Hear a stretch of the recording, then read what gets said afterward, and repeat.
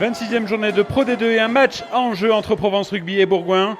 Côté provençal, on joue encore, pourquoi pas le maintien, alors que côté bergalien, les regards sont tournés vers les phases finales de Pro D2.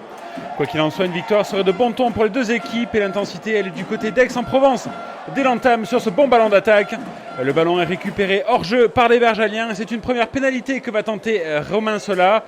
3-0 et les Provençaux qui commencent cette rencontre de la meilleure des manières. Aix qui domine dans la conquête et qui va même obtenir quelques minutes plus tard une deuxième pénalité sur une poussée en travers en mêlée. Romain Sola encore lui va se placer, le ballon qui file haut dans le ciel et passe encore pour le buteur provençal qui met les siens à 6-0 après 11 minutes de jeu. Et après un premier quart d'heure à sens unique, les bergaliens vont semer la charge et amorcer une première offensive dans les 22 mètres de Provence Rugby.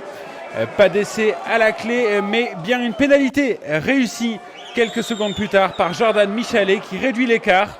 6-3 après cette pénalité réussie. Et à demi-heure de jeu, le CSBJ va encore une fois payer son indiscipline. Cash après une faute au sol. Romain Sola s'élance des 22 mètres pour inscrire 3 points de plus pour Aix-en-Provence. 9-3 après cette pénalité réussie. Bourgoin joue, mais Bourgoin fait surtout beaucoup de fautes et c'en est trop pour Monsieur Mallet qui sévit et donne un carton jaune à Jean-François Cooks pour faute à répétition. Double peine pour le CSBJ à 14 qui va encaisser 3 points de plus sur la sirène. 12-3 avant de rentrer au vestiaire. Dans l'intention comme dans le réalisme, c'est bien Aix qui fait la course en tête face à un CSBJ indiscipliné et maladroit sur ses offensives. En seconde période, Aix-en-Provence va continuer à envoyer du jeu mais va se faire pénaliser à son tour pour être rentré sur le côté. Et c'est Jordan Michalet qui va se faire un plaisir d'inscrire 3 points de plus pour son équipe avec ce beau coup de pied tendu pour Bourgoin. 12-6 et c'est Aix qui mène toujours la danse dans cette rencontre. Les Provençaux qui agressent sur la défense, sur toutes les offensives de Bourgoin. Et les Provençaux qui vont même sur ce ballon récupérer un bon ballon d'attaque.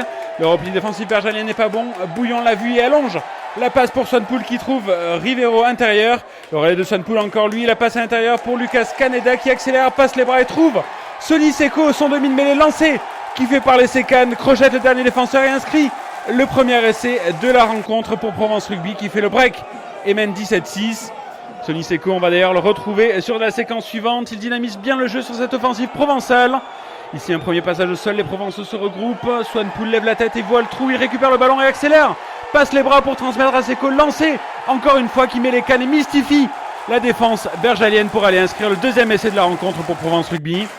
Aix qui creuse l'écart et mène 22-6 avant la transformation de Romain Sola.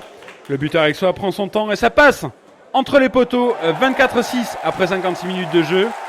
Aix n'est plus qu'à un essai du bonus offensif qui ferait du bien dans la course au maintien. Mais dans les 20 dernières minutes, c'est Bourgoin qui fait le jeu et qui va tenter de revenir dans cette partie.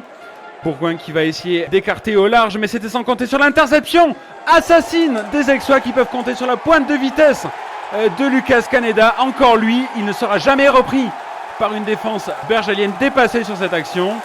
La transformation, elle est anecdotique, mais l'essentiel est là. La victoire est bonifiée pour Aix-en-Provence. Les Aixois qui ont montré qu'il ne fallait pas les enterrer trop vite dans ce championnat de Pro D2. Bourgoin, en revanche, va s'éloigner les phases finales avec cette défaite.